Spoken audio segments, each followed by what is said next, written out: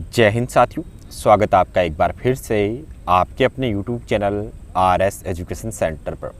साथियों, इस सेशन में हम बात करने वाले हैं EOL जो आपकी लीव है, एक्स्ट्रा ऑर्डिनरी लीव जिन्हें कहते हैं, उसके बारे में हम बात करेंगे कि प्रोबेशन पीरियड के दौरान जो कैंडिडेट प्रोबेशन में रहते हैं उनके लिए जो आपकी EOL जो लीव है उनके संबंध में क्या कुछ प्रावधान है, आपको कितने दिन की EOL लीव मिल सकती है, प्रोबेशन पीरियड आपका एक्सटेंड होगा या नहीं होगा, पहले इसके संबंध में क्या प्रावधान थे, आज इसके संबंध में क्या कुछ प्रावधान है।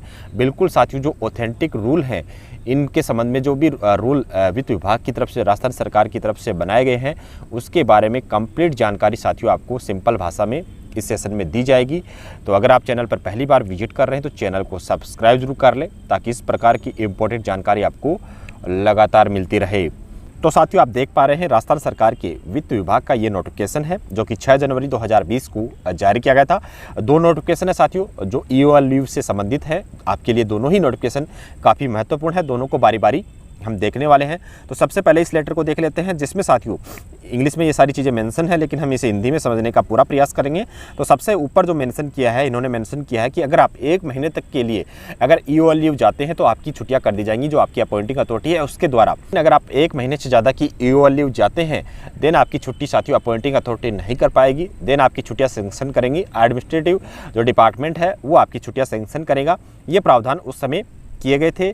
इसमें साथियों कुछ महत्वपूर्ण बातें थी उस समय के नोटिफिकेशन में। तो सबसे पहले तो हम बात करें कि यहाँ पर जो सबसे पहले जो महत्वपूर्ण बात थी वो यही थी कि इसमें प्रावधान थे कि आपको प्रोबेशन के पीरियड के दौरान कोई भी EOL लीव स्टडी या फिर आपकी जैसे मान लीजिए हायर एजुकेशन चल रही है तो उसके लिए भी नहीं मिलती थी। साथ ही में अगर आप कोई कंपटीशन एग्जाम की तैयारी कर रहे हैं तो उसके लिए भी आपको EOL लीव नहीं मिलेगी। उस समय का ये प्रावधान मैं बता रहा हूँ। आगे इसमें चेंजमेंट किए गए थे, इसके लिए आप पूरा वीडियो सुनिए। आपके लिए वो चेंजमेंट भी साथियों बिल्कुल ध्यान में रखने वाले हैं जो आपके लिए काफ़ी फायदेमंद हो सकते हैं। इसके बाद में अगला प्रावधान था यहाँ पर कि आपकी जो 1 महीने की छुट्टियां है वो आपकी अपॉइंटिंग अथॉरिटी कर देगी। और वो मैंने बता दिया कि 1 महीने से अगर आप ज़्यादा की EOL लीव छुट्टियां जाएंगी तो वो आपकी अपॉइंटिंग अथॉरिटी नहीं कर पाएगी, ये मैंने आपको बताया। लेकिन अगर आपकी 1 महीने से अगर आपको अधिक की छुट्टियां लेनी है तो उसका जो ग्राउंड था साथियों वो इन्होंने बताया था कि मेडिकल अर्जेंसी, यानी मान लीजिए कि आपकी मेडिकल अर्जेंसी में यहाँ पर इन्होंने क्लियर मेंशन किया कि कौन कौन शामिल होगा।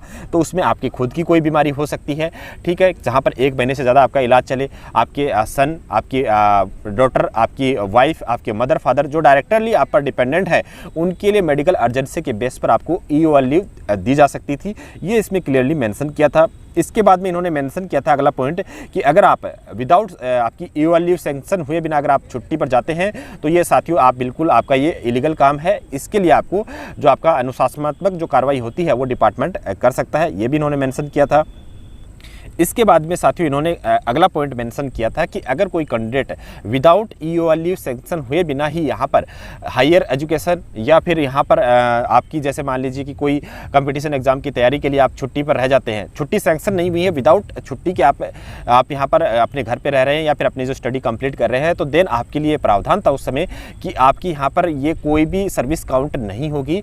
इसके लिए इन्होंने एक वर्ड यूज़ किया था कि डाइज नोन। तो ये डाइज नोन का मतलब ये होता है कि अकार्य दिवस ये आपका काउंट किया जाएगा, यानी इसको आपका किसी भी पर्पज के लिए इन दिन को आपको काउंट नहीं किया जाएगा। आपको एक फ्रेश जो आपका प्रोबेशन पीरियड है वो कंप्लीट करना पड़ेगा, ये भी इसमें मेंशन किया था। अगला जो पॉइंट था ये था कि जो भी आपका पीरियड रहेगा छुट्टियों का, जैसे मान लीजिएगा 1 महीने से कम का अगर आपका पीरियड रहता है छुट्टियों का EOL लीव का, तो आपका प्रोबेशन पीरियड नहीं एक्सटेंड होगा। लेकिन अगर आप 1 महीने से ज़्यादा की अगर आप EOL लीव सैंक्शन करवाते हैं तो आपका जो टोटल पीरियड रहेगा छुट्टियों का, जैसे आपने 45 दिन का यहाँ पर EOL लीव यहाँ पर सैंक्शन करवाया तो बिल्कुल आपका जो प्रोबेशन पीरियड है वो 45 दिन इंक्रीज हो जाएगा। ये बिल्कुल इसमें साथियों मेंशन किया गया था। ऐसा नहीं था कि 1 महीने तक का वो आपका EOL जो लीव है वो घटा दिया जाएगा और 15 दिन का ही यहाँ पर आपका प्रोबेशन पीरियड एक्सटेंड होगा, ऐसा नहीं था। बिल्कुल क्लियरली मेंशन है, आप सब देख पा रहे होंगे कि जो टोटल आपका पीरियड रहेगा EOL लीव का, जैसे मैंने आपको एग्जाम्पल के माध्यम से समझा दिया है, अगर आप 45 दिन से ज़्यादा का लेते हैं या 45 दिन का लेते हैं तो बिल्कुल आपका 45 दिन का ही प्रोबेशन पीरियड यहाँ पर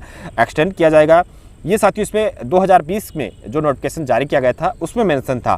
इसके बाद में साथियों वित्त विभाग ने जो अगला नोटिफिकेशन जारी किया वो जारी किया यहाँ पर 22 फरवरी 2021 को। और बिल्कुल साथियों आज भी वर्तमान में इसी के बेस पर आपकी प्रोबेशन पीरियड के दौरान EOL लीव सैंक्शन की जाती है। और ये बिल्कुल साथियों आपके लिए महत्वपूर्ण है क्योंकि कुछ महत्वपूर्ण जो प्रावधान है वो इसमें किए गए थे, अमेंडमेंट किए गए थे इसमें। तो यहाँ पर इन्होंने मेंशन किया, मैं आपको अपनी सिंपल भाषा में बता रहा हूँ। तो इन्होंने सबसे पहला जो पैराग्राफ मेंशन किया, तो उसमें मेंशन किया कि 6 जनवरी 2020 और 28 जनवरी 2020 को जो लेटर हमने जारी किए थे, उसमें यहाँ पर मेंशन किया गया था कि कोई भी कैंडिडेट है उसको आपकी हायर एजुकेशन या फिर कंपटीशन एग्जाम की तैयारी के लिए ईओएल लीव यहाँ पर सेंक्शन नहीं की जाएंगी, ये इन्होंने मेंशन किया था।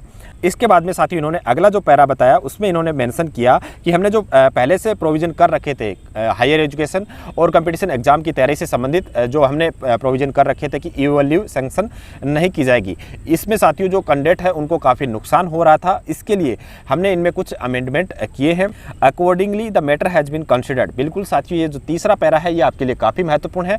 उन सभी कैंडिडेट के लिए ये महत्वपूर्ण है जो हायर एजुकेशन कंप्लीट करना चाहते हैं या फिर किसी कंपटीशन एग्जाम की तैयारी आप अगर कर रहे हैं तो भी आपके लिए महत्वपूर्ण है। तो इसमें इन्होंने मेंशन किया कि accordingly the matter has been considered, कि आपका जो ये मैटर है ये हमने कंसिडर किया है और इसको दोबारा से हमने रिव्यू किया है कि जो भी कैंडिडेट हायर एजुकेशन कंप्लीट करना चाहते हैं तो बिल्कुल वो ईओएल लीव ले सकते हैं। लेकिन साथियों यहाँ पर एक चीज़ है जो टेक्निकली यहाँ पर मेंशन है कि आप ऐसा नहीं है कि अभी जाकर यहाँ पर दोबारा से ईओएल लीव के चक्कर में ही यहाँ पर आप अपनी कोई हायर एजुकेशन स्टार्ट कर दें, नहीं, बिल्कुल आपकी वो प्रोग्रेस में होनी चाहिए, तभी आपको ईओएल लीव सेंक्शन होंगी ज्वाइनिंग के बाद में।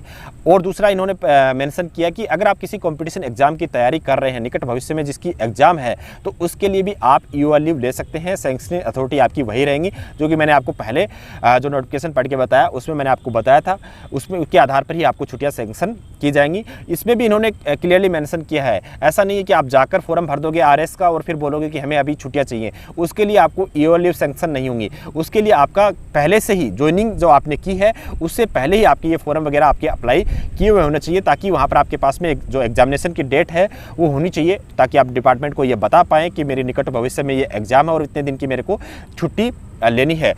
ठीक है। इसके बाद में साथियों इन्होंने जो एक लाइन है वो भी मेंशन की है, काफ़ी महत्वपूर्ण है, कि जितने भी दिन की आपको स्टडी और आपकी कंपटीशन एग्जाम की तैयारी के लिए, हायर स्टडी और कंपटीशन एग्जाम की तैयारी के लिए ईओएल सैंक्शन की जाएगी, उतने दिन का ही यहाँ पर आपका प्रोबेशन पीरियड एक्सटेंड होगा। मान लीजिए किसी कैंडिडेट ने 3 महीने की ईओएल लीव है हायर स्टडी के लिए, तो बिल्कुल आपका 3 महीने का ही यहाँ पर आपका जो प्रोबेशन पीरियड है वो एक्सटेंड कर दिया जाएगा। इसके बाद में साथियों इन्होंने जो अगला पैरा मेंशन किया है उसमें इन्होंने क्लियरली मेंशन किया कि जो candidate without EOL leave sanction के यहाँ पर अगर छुट्टी पर रहते हैं या फिर घर पर रहते हैं तो उनके खिलाफ में अनुशासनात्मक कार्रवाई विभाग कर सकता है। बिल्कुल ये एक जायज़ सी बात है। और इसके बाद में इन्होंने मेंशन किया कि जो भी पेंडिंग केस हैं, यानी ये जो नोटिफिकेशन आया है इससे पहले के जो भी ईओएल से संबंधित पेंडिंग केस हैं उनका भी निस्तारण इस नोटिफिकेशन के आधार पर किया जा सकता है।